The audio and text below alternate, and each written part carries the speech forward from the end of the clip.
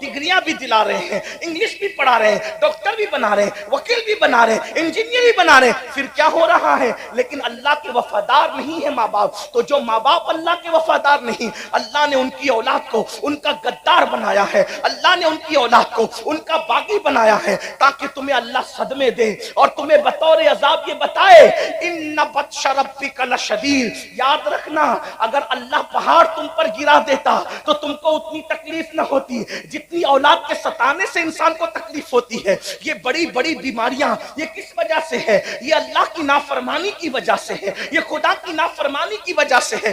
دیکھو اپنے دلوں میں ٹٹول کر سوچو، اتنا بڑا مجمع ہزاروں کا ہے، بھائیوں کی بھی توجہ، بہنوں کی بھی توجہ. ارے ڈلپ کے اللہ اکبر نرم نرم گدوں پر سوتے ہو، لیکن بتاؤ کیا دلوں کو سکون ہے؟ ارے لوگوں کو ٹاٹ پر سکون کی نیند آتی تھی، لوگوں کو گرڑی پر سکون کی نیند آتی تھی، لیکن تمہیں اتنے اتنے ایک ایک ہاتھ دو دو ہاتھ انچ گدوں پہ نیند کیوں نہیں آ رہی ہے؟ کروٹیں بدل رہے ہیں، دل بے چین ہے، دل بے قرار ہے، نیند کی گولیاں کھا رہے ہیں، لیکن سکون کی نیند کیوں نہیں آتی؟ وجہ یہ ہے کہ راتوں کو اللہ کی نافرمانی کرنے والوں، نرم نرم گدوں پہ لیٹ کر سیریل دیکھنے والوں، نرم نرم گدوں پہ لیٹ کر فلمیں دیکھنے والوں، نرم نرم گدوں پہ لیٹ کر زنا کے مناظر دیکھنے والوں، نرم نرم گدوں پہ لیٹ کر گانے سننے والوں، بتاؤ جب تم اللہ کی نافرمانی کرو گے تو تمہیں سکون کی نیند کیسے آئے گی؟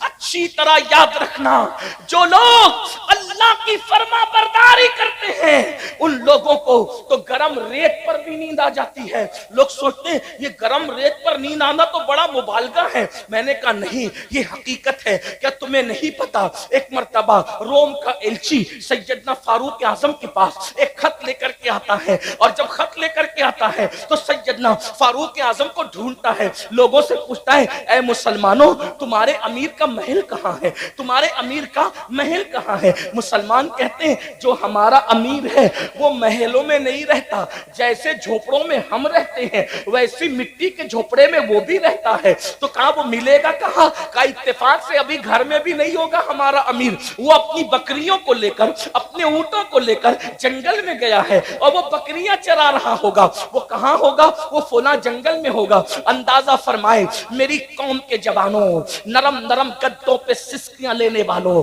کاروبار کے لیے تڑپنے والوں، بزرگوں سے تعویذ کا مطالبہ کر کے اپنی تقدیر کو سنوارنے کی کوشش کرنے والوں، بڑی معذرت کے ساتھ کسی ولی کا تعویذ ہماری قسمت کو سدھار نہیں سکتا. جب تک ہم اللہ کی نافرمانی کرتے رہیں گے، جب تک ہم پاپ کرتے رہیں گے، جب تک ہم جرائم کرتے رہیں گے، ارے نیکوں کی دعا سے اللہ ان کا حصہ اٹھا لیتا ہے. جو نمازوں میں غفلت کرتے ہیں، جو نمازوں میں سستی کرتے ہیں، خدا کے لیے بیدار ہو جاؤ. اپنے مسائل کا حل کسی انسان کے دروازے پر نہیں ہے. ہمارے مسائل کا حل کل بھی اللہ کے در پہ تھا، آج بھی اللہ کے در پہ ہے، قیامت تک اللہ کے در پہ رہے گا. اس کی چوکھٹ سے وابستہ ہو جاؤ. کب تک غداری کرو گے؟ کب تک بے وفائی کرو گے؟ کب تک نافرمانی کرو گے؟ سنو سنو، روم کا ایلچی جب اس کو پتا چلتا ہے کہ مسلمانوں کا امیر 3 بر اعظموں پر بلا شرکت غیر حکومت کرنے والا عمر ابن خطاب جنگل بکریاں لے کر گئے بکریاں چرانے کے لیے، تو وہ جنگل پہنچا. جنگل میں گیا تو ایک منظر دیکھا. یہ منظر کیا تھا؟ دیکھ، کھلے آسمان کے نیچے ایک درخت ہے، اور اس درخت کے نیچے مسلمانوں کا امیر 3 بر اعظموں پہ حکومت کرنے والا اپنے ہاتھ کا تکیہ بنا کر ریت پہ سو رہا ہے. ریت پہ سو رہا ہے. اس نے دیکھا، اس کو حیرت ہوئی کہ میرے بادشاہ لوگ نرم نرم گدوں پر محلوں میں باڈی گارڈ کے پہروں میں سکون سے سو نہیں پاتے، یہ اکیلے چین سے سو رہا ہے.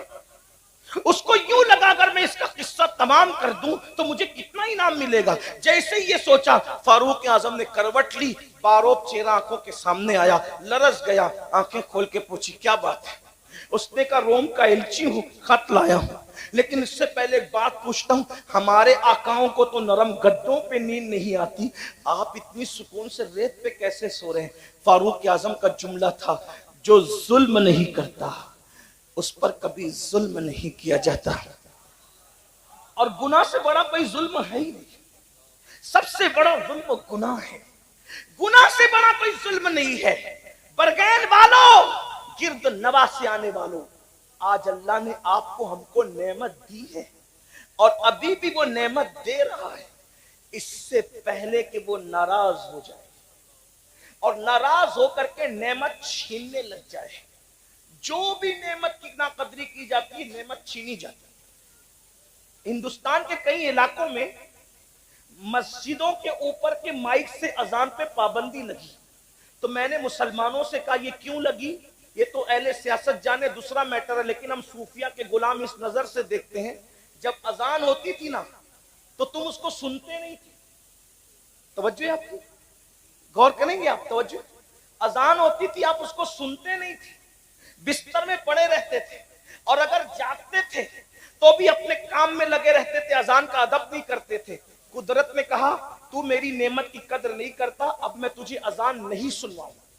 دیکھ، غور تو کر، جس نعمت کی ناقدری کرو گے وہ نعمت تم سے چھین لی جائے گی۔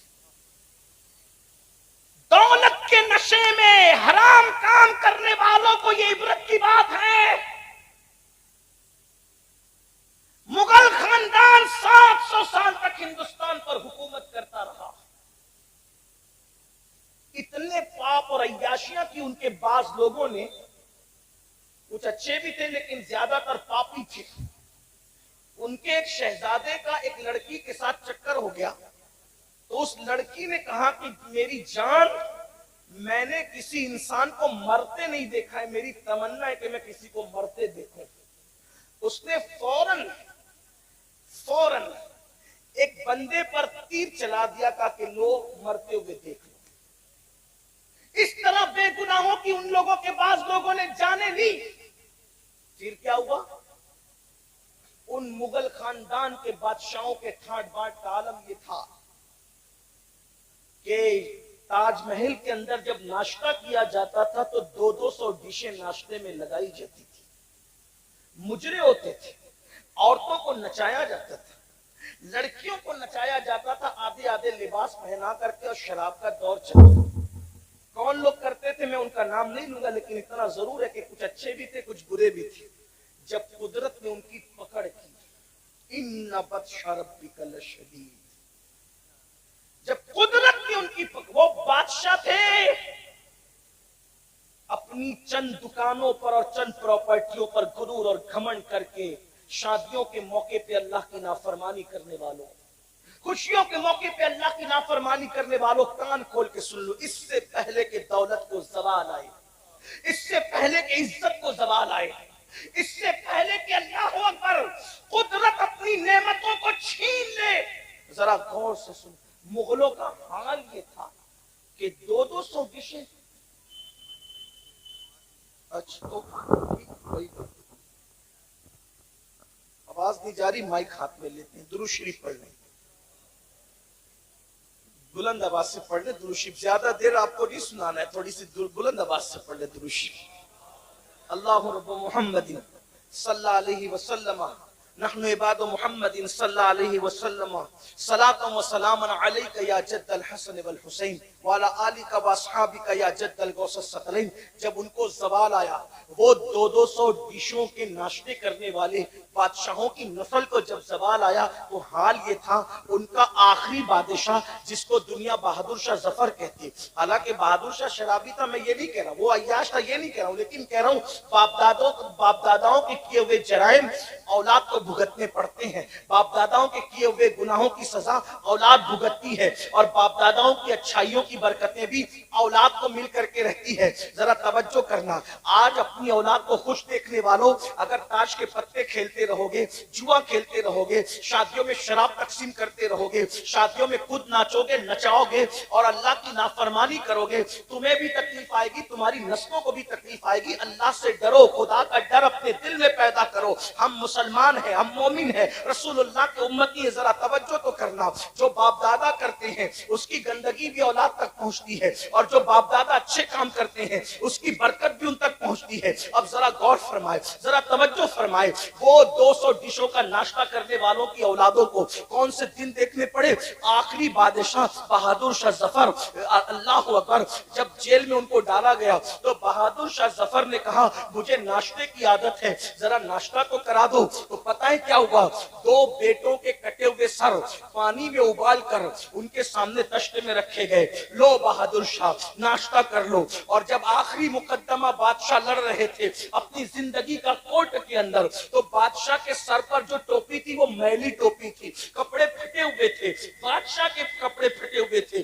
دنیا نے یہ عبرت انگیز تماشا دیکھا، اللہ اکبر، 700 سال تک کی جن کی حکومتوں کا سورج کبھی غروب نہیں ہوا، جن کے کر و فر کا عالم یہ تھا، بہنوں کی بھی توجہ، جن کی عورتوں کو دودھ اور چندن سے نہلایا جاتا تھا، جن کی عورتوں کو شادی میں اور خوشیوں کے موقع پہ بالوں بال موتی پروئے جاتے تھے۔ ہاں کچھ عورتیں تو مغلوں کی ایسی تھی، روزانہ ان کے نہانے کے لیے ہر دن نیا حمام بنایا جاتا تھا، نیا حوض بنایا جاتا تھا۔ جب مغلوں کی عورتیں چلتی تھی تو صرف ان کے کپڑوں کو زمین پر وہ نہ لگ جائے، ان کے دوپٹے اور ان کے دامن کو اٹھانے کے لیے درجنوں کنیزیں پیچھے پیچھے چلا کرتی تھی۔ میری بہنوں یاد رکھو، یہ عیاشیاں کی گئی تھی دولت کی بنیاد پر، یہ عیش کیے گئے تھے، خدا کو بھلا دیا گیا تھا۔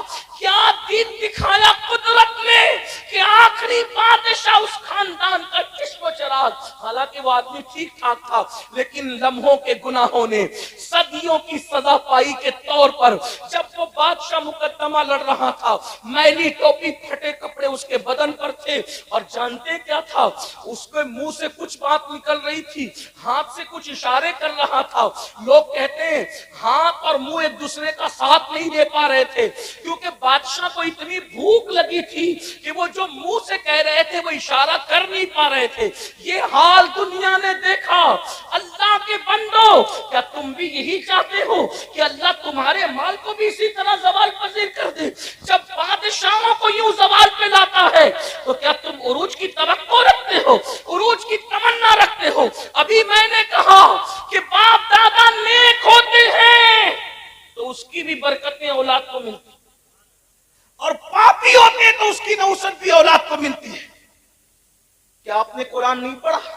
جب حضرت موسیٰ اور حضرت خضر ایک بستی میں گئے تو گرتی ہوئی دیوار کو انہوں نے تعمیر کیا، توجہ ہے، گرتی ہوئی دیوار کو تعمیر کیا۔ تو حضرت موسیٰ علیہ السلام کو حضرت خضر نے یہی کہا، کیا کہ ان کا باپ نیک تھا؟ مفسرین کہتے ہیں، بعض لوگ کہتے ہیں 10واں دادا نیک تھا، بعض لوگ کہتے ہیں 14واں دادا نیک تھا، بعض لوگ کہتے ہیں 22واں دادا نیک تھا۔ مجھے بتاؤ، 22واں دادا نیکی کرے، 10واں دادا نیکی کرے، 14واں دادا نیکی کرے تو نیچے نیچے اولاد تک اس کو برکتیں نصیب ہوتی ہے۔ ارے اگر تم بھی نیکی کرو گے تو کیا اللہ اس کی برکتیں تمہیں عطا نہیں فرمائے گا، تمہاری نسلوں کو عطا نہیں فرمائے گا؟ کیا نہیں دیکھتے کسی خاندان میں اتنے ولی کبھی پیدا نہیں ہوئے جتنا مولا علی کی خاندان میں ولی پیدا ہوئے؟ اس کی وجہ یہ ہے کہ اس خاندان کی خاتون جسے دنیا سیدہ طیبہ طاہرہ عابدہ زاہدہ راقیہ ساجدہ نقیہ تقیہ زکیہ ام ابیہا فاطمہ الزہرا کہتی ہے، انہوں نے اتنی نیکی اختیار کی کہ ان کی نیکی کی برکت اللہ قیامت تک ان کی نسلوں کو عطا فرمائے۔ دیکھ رہے ایک خاتون کی نیکی کی برکت نے پوری نسل کو جہنم سے بچایا، پوری نسل کو آقا ارشاد فرماتا، آقا ارشاد فرماتے ہیں اللہ نے فاطمہ کی اولاد پر جہنم کی آگ کو حرام کر دیا۔ ایک ماں اگر نیک ہو جائے، توجہ، ایک ماں اگر نیک ہو جائے تو قیامت تک اس کے سارے بچے جنتی ہو جائے۔ توجہ، یہ حدیث ہے، یہ حدیث اہل سنت کی کتب میں ہے کہ فاطمہ الزہرا نے اتنا تقوی اختیار کیا کہ قیامت تک اس کی اولاد پر جہنم حرام ہو گئی۔ اسی لیے جو عند اللہ سادات ہیں، عند اللہ، اس وقت تک انہیں موت نہیں آئے گی جب تک وہ سچی توبہ نہ کریں۔ عند اللہ کی بات کر رہا ہوں، عند الناس تو بہت ہے، عند اللہ کی علماء سے پوچھنا یہ عند اللہ کا مطلب کیا ہوتا ہے؟ یہ عند اللہ اتنا نازک ہے کہ اس پہ گفتگو کروں تو بہت سارے لوگ ناراض ہو سکتے ہیں، لیکن آپ کو علماء سے پوچھنا کہ عند الناس تو بہت، عند اللہ جو سادہ اور جو عند اللہ ہے نا، پھر ان کو دیکھ کر بھی خدا یاد آتا ہے۔ ان کی سادگی جدا ہے، ان کے چہرے جدا ہیں، ان کا انداز جدا ہے، اور بیرگین والوں کو تو کہیں دور جانے کی ضرورت ہی نہیں ہے، جا کے میرے مہاریرا کے سرکاروں کی زیارت کرو۔ ارے آج رونقوں کا یہ عالم ہے تو آل رسول احمدی کے زمانے میں رونقوں کا عالم کیا ہوگا؟ سرکار ابو الحسین احمد نوری کے زمانے میں رونقوں کا عالم کیا ہوگا؟ حضور اچھے میاں کے دور میں ان کے کردار کی اچھائیوں کا عالم کیا ہوگا؟ کہ وقت کا مجدد کہتا ہے کہ تیرے پلے میں اچھوں کا میاں آیا، وہ اچھے میاں آیا، ناموں سے رضا کے اب مٹ جاؤ گناہگار، ناموں سے دروشی پڑھنے،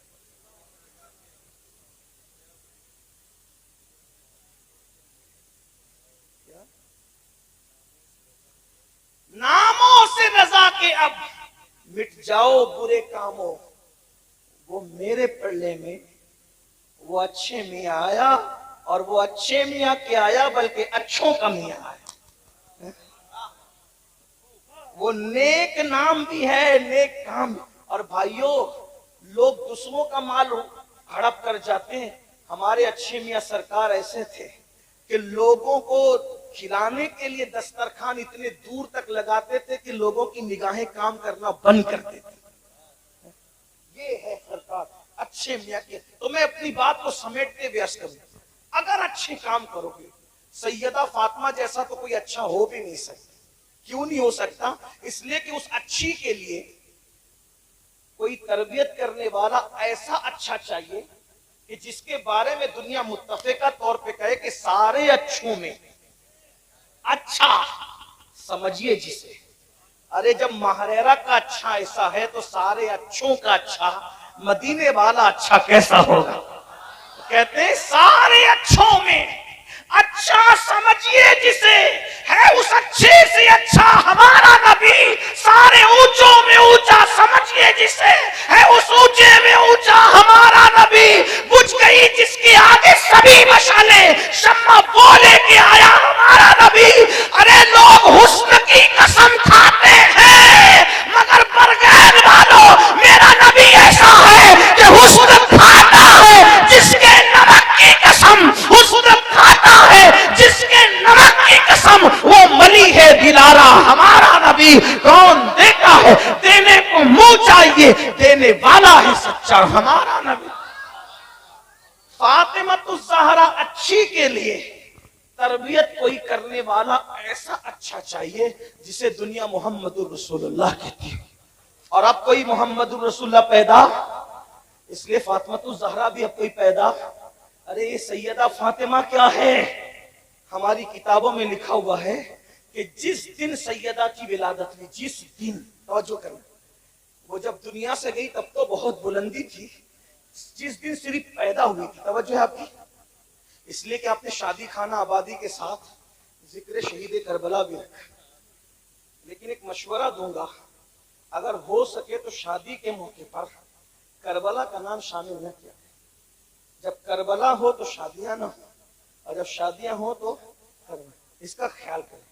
ہاں ذکر امام حسین کر دیجیے، جشن امام حسین کر دیجیے، لیکن اس میں کربلا، اس لیے جب کربلا آئے گا تو ہمارے جذبات پھر ہمارے قابو میں نہیں رہتے، اس کا آئندہ خیال رکھنا۔ لوگ جشن شہید کربلا ہی مناتے، میں نے کہا اللہ اکبر، شہیدوں کا کیا جشن ہوتا ہے، یاد منایا کریں، تھوڑا اس پہ توجہ۔ حالانکہ علماء نہیں کرتے ایسے، پبلک ان کے مشورے کے بغیر کرنے لگتے تو ہو جاتا ہے۔ چلیں چھوڑے اس کو، بات کیا کر رہا تھا میں، ورنہ اسی میں بات طویل ہو جائے گی، اس عنوان کو چھوڑ دے بھی۔ کیا کہہ رہا تھا میں؟ کہ جس دن سیدہ کی ولادت، ہماری کتابوں میں ہے کہ پورا مکے کا افق نور سے بھر گیا، اہل سنت کی کتب میں ذمہ داری میری ہے. اور جس دن آپ پیدا ہوئی ہیں اس دن جبریل آ کر کہتے ہیں یا رسول اللہ، اللہ آپ کو بھی سلام کہتا ہے اور آپ کی شہزادی فاطمہ کو بھی سلام کہتا ہے. جس دن پیدا ہوئی ہے اس دن سلام آیا ہے.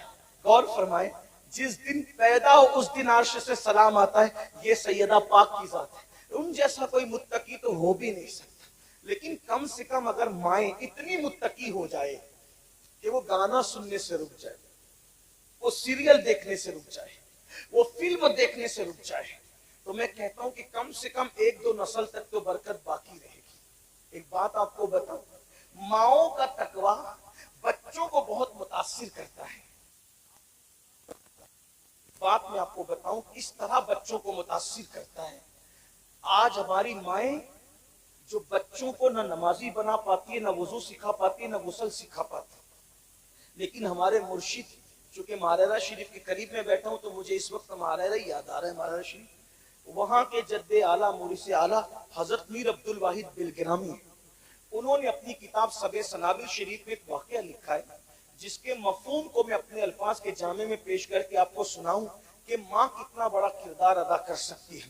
دراصل آج جو بچیاں بھاگ رہی ہیں، بچے زانی بن رہے ہیں، بچے شرابی بن رہے ہیں، بچے جواری بن رہے ہیں، اس میں ماں باپ کا بڑا عمل دخل ہے کہ ماں باپ اولاد کی تربیت نہیں کر پا رہے، ماں باپ اولاد کو ٹائم نہیں دے پا رہے، ماں باپ اولاد کو سدھار نہیں. بھائیو، سدھرے ہوئے ماں باپ کی اولاد کبھی کبھی بگڑ جاتی ہے، تو جن کے ماں باپ خود بگڑے ہوئے ہوں گے ان کی اولاد کا حال کیا ہوگا؟ ذرا سوچو تو صحیح، ذرا غور تو کرو. اور جب یہ اولاد بڑی ہو کر کے غدار بنے گی، دکھی کرے گی، آپ کو تکلیف پہنچائے گی، آپ کو اذیت پہنچائے گی، تب آپ پچھتاؤ گے. لیکن اس وقت تو پچھتانے سے کام نہیں بنے گا. تو میں جو عرض کر رہا تھا، ایک ذات ہے دنیا کے اندر جسے فرید ملت و دین کہتی ہے، فرد فرید کہتی ہے، فرید العصر کہتی ہے. ان کا نام تھا مسعود، اور ہم لوگ ان کو کیا کہتے ہیں؟ بابا فرید الدین گنج شکر. بابا فرید جیسا ولی سلسلہ چشتیہ کے اندر ایک انفرادی حیثیت رکھتا ہے. سرکار غریب نواز نے ان کے بارے میں کہا کہ میرا فرید ولیوں میں شہباز ہے، شہباز. اے قطب الدین، تو نے ایسے شہباز کا شکار کیا ہے کہ اس کی وجہ سے قیامت تک تیرا نام زندہ رہے گا. یہ بابا فرید ہے. بابا فرید کے 2 لال ہیں، ایک کو نظام ملت بدین محبوب الہی کہتے ہیں اور دوسرے کو خود کا جنازہ پڑھانے والا صابر کلیر مختوم علاء الدین صابر کہتے ہیں. اللہ اکبر. خود کا جنازہ جو پڑھائے وہ مرید ہے میرے بابا فرید کا. اللہ اکبر. غور کریں، جب مرید کی یہ شان ہے تو بابا فرید کی شان کا عالم کیا ہوگا. بلکہ سرکار قطب الدین کہا کرتے تھے قیامت کے دن اللہ مجھ سے پوچھے گا کہ قطب تو میرے لیے کیا تحفہ لایا ہے، تو میں فرید الدین کو پیش کر دوں گا. لیکن آئیے اس فرید الدین کو فرید الدین بنایا کس نے ہے؟ فرید الدین کو فرید الدین مدرسے نے نہیں، خانقاہ نے نہیں، فرید الدین کو فرید الدین کس نے بنایا؟ ذرا توجہ کریں. میں اپنی بہنوں کی توجہ چاہتا ہوں. میری بہنوں، کب تک کے میک اپ پر اپنا وقت خرچ کرو گی؟ میری بہنوں، کب تک زیورات کی محبت میں ڈوبی رہو گی؟ میری بہنوں، کب تک مال اور کپڑوں کی محبت میں ڈوبی رہو گی؟ اپنی اصلاح کرو. سیدہ فاطمہ الزہرا کی زندگی پڑھو. بلکہ اللہ نے جن عورتوں کو دولت دی ہے وہ بیوٹی پارلر تک جا کر کے میک اپ کرانے کے لیے جاتی ہے. دلہنوں کو سجانے کے لیے بیوٹی پارلر میں بھیجا جاتا ہے. یہ بدعت رائج ہو گئی ہے ہمارے معاشرے میں. میں پوچھتا ہوں میرے بھائیوں، تمہاری غیرت کہاں گئی؟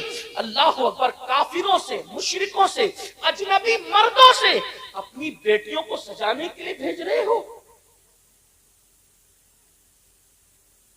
مہندی لگانے کے لیے مہندی قلبوں میں بھیجا جائے. ہنسنے کی بات نہیں. یہاں وہ نوجوان بھائی کہاں گئے؟ ان کی غیرت کہاں مر گئی؟ ارے جب ایک عورت، جوان عورت اپنے نبی کے ہاتھ میں اپنا ہاتھ نہیں دے سکتی، علم والوں کی توجہ چاہتا، کبھی غیرت سے کہاں ہوئی؟ اللہ کے رسول سید المعصومین ہے، سید المعصومین.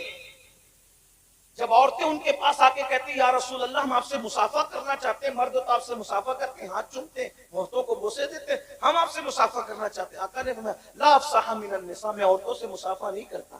جب ایک جوان عورت اپنے نبی کے ہاتھ میں ہاتھ نہیں دے سکتی، اپنے نبی اتنے پاکیزہ پوتر نبی، ساری پوترتا جن کے قدموں کا صدقہ ہے،